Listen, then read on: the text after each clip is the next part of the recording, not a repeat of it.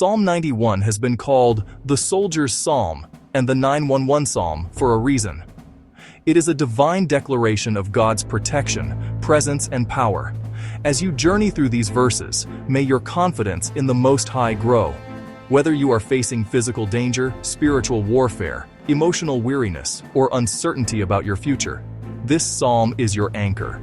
These words were never meant to be just read. They were meant to be lived. This video breaks down Psalm 91 verse by verse, unpacking each line with theological depth, symbolic meaning, and practical application. The goal is not just to explain the psalm, but to ignite your faith, deepen your relationship with God, and help you walk boldly in the spiritual covering He provides. Welcome to the secret place. He that dwelleth in the secret place of the Most High shall abide under the shadow of the Almighty. Verse 1 is the foundation of Psalm 91. It describes the spiritual posture of the believer who abides in God's presence. Dwelleth speaks to permanence. The secret place is intimate communion with God. Most High emphasizes His supreme authority, while Almighty reveals His sufficiency and power. The shadow implies closeness and protection. Spiritual warfare technique. 1. Maintain a steady walk with God, not a seasonal one. 2. Prioritize time in prayer, worship, and the Word. 3. Trust that no power outranks God. 4. Stay close to God, don't wander out of His will. 5. Depend on Him, not your strength or strategy. I will say of the Lord, He is my refuge and my fortress, my God. In Him will I trust. Verse 2 is a bold declaration of faith. The speaker isn't just believing, they're confessing. God is described as a refuge, a safe place in crisis, and a fortress, a stronghold for sustained safety. Calling Him my God reflects a deep personal relationship. Trust here means deliberate reliance on God. Speak aloud God's protection and power over your life. 2. Run to God when life hits hard. 3. Dwell in His presence daily for lasting safety. 4. Walk with Him, not just believe in Him. 5. Detach from self-dependence and control. Surely He shall deliver thee from the snare of the fowler, and from the noisome pestilence. God promises certain deliverance. Surely shows it's guaranteed. The snare of the fowler represents hidden traps, while noisome pestilence refers to deadly threats that creep in undetected. Verse 3 assures that even unseen dangers cannot overtake the one who abides in God. Live with confidence, not fear. God sees what you don't. Trust His lead. Stay anchored in God's presence to be preserved. He shall cover thee with His feathers, and under His wings shalt thou trust. His truth shall be thy shield and buckler. Verse 4 combines tender care with spiritual warfare. God covers like a protective bird and defends like a warrior. His truth, His word, and His character act as both a large shield and a smaller, close-range defense. God guards you like a mother fiercely guards her child. Safety is found by drawing near, not from afar. God's promises block attacks from the enemy. Even in close combat, His word holds strong. Thou shalt not be afraid for the terror by night, nor for the arrow that flieth by day. Verse 5 speaks to fearless living.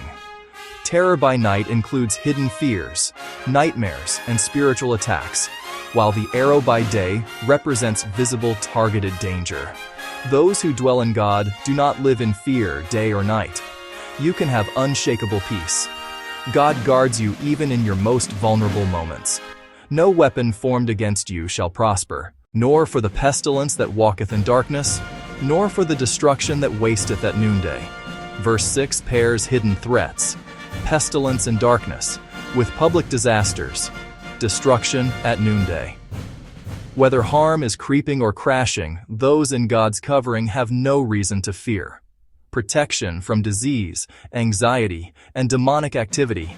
Protection against crisis, loss, collapse, and fear-inducing events. 1,000 shall fall at thy side, and 10,000 at thy right hand, but it shall not come nigh thee. This verse describes divine exemption.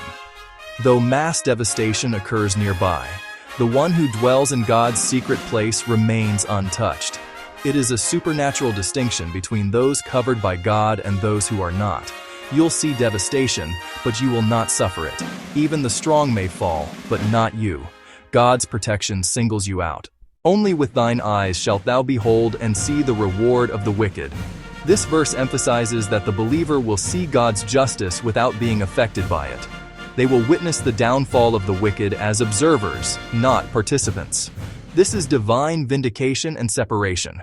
God separates his people in times of judgment. You'll see how the wicked fall and how God exalts the faithful. No evil goes unaccounted for before God. Because thou hast made the Lord, which is my refuge, even the Most High thy habitation. This is the reason behind the promises. The believer has made God their permanent home, not a temporary escape. It points to a lifestyle of abiding in God's presence as the root of divine covering. Spiritual insight. 1. Protection is tied to your spiritual position. 2. This isn't about visiting God, it's about abiding in Him. 3. God is a personal protector, our refuge. The psalmist testifies from experience. 4. No danger outranks the one you dwell in. There shall no evil befall thee, neither shall any plague come nigh thy dwelling. This verse promises complete protection from harm, both personal and within your household. It's not just about surviving, but about keeping your entire atmosphere sealed from destruction. Evil may come near, but it cannot conquer. Protection from physical, emotional, or spiritual ruin. God draws a line that darkness cannot cross. For he shall give his angels charge over thee, to keep thee in all thy ways. God deploys angels to guard you in every area of life.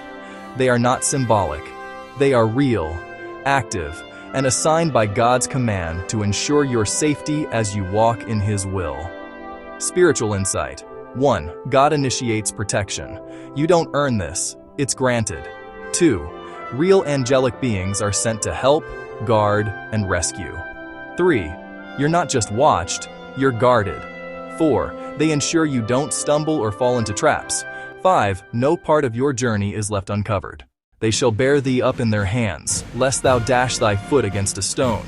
Verse 12 explains how angels actively intervene to prevent even small missteps. It's a picture of divine attentiveness to your every step, even the stumbles you don't see coming.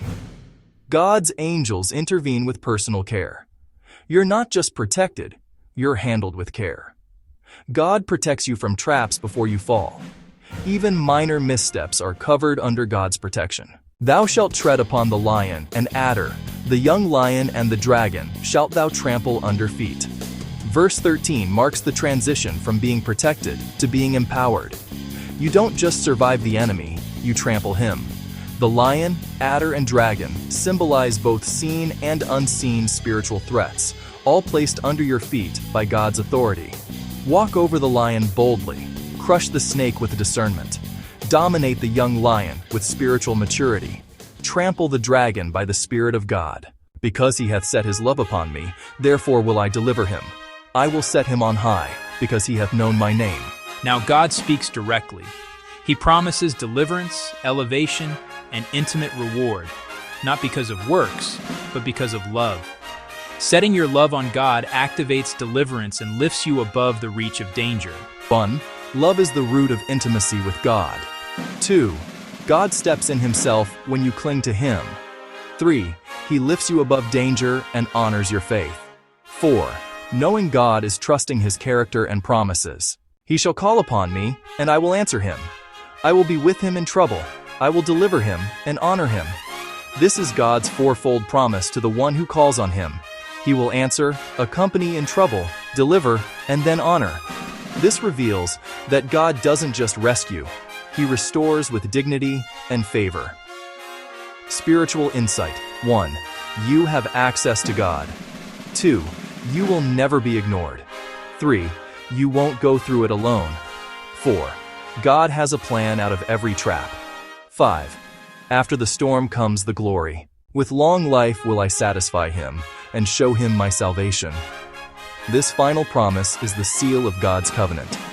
Long life speaks to both duration and fulfillment, and God promises that he himself will make that life satisfying. Show him my salvation points not only to rescue in this life, but the ultimate salvation in eternity with Christ. Spiritual insight. 1. Your life won't be cut short before your assignment is complete. 2. You'll live full, not just long. 3. You'll see God move in your life and know Him in eternity.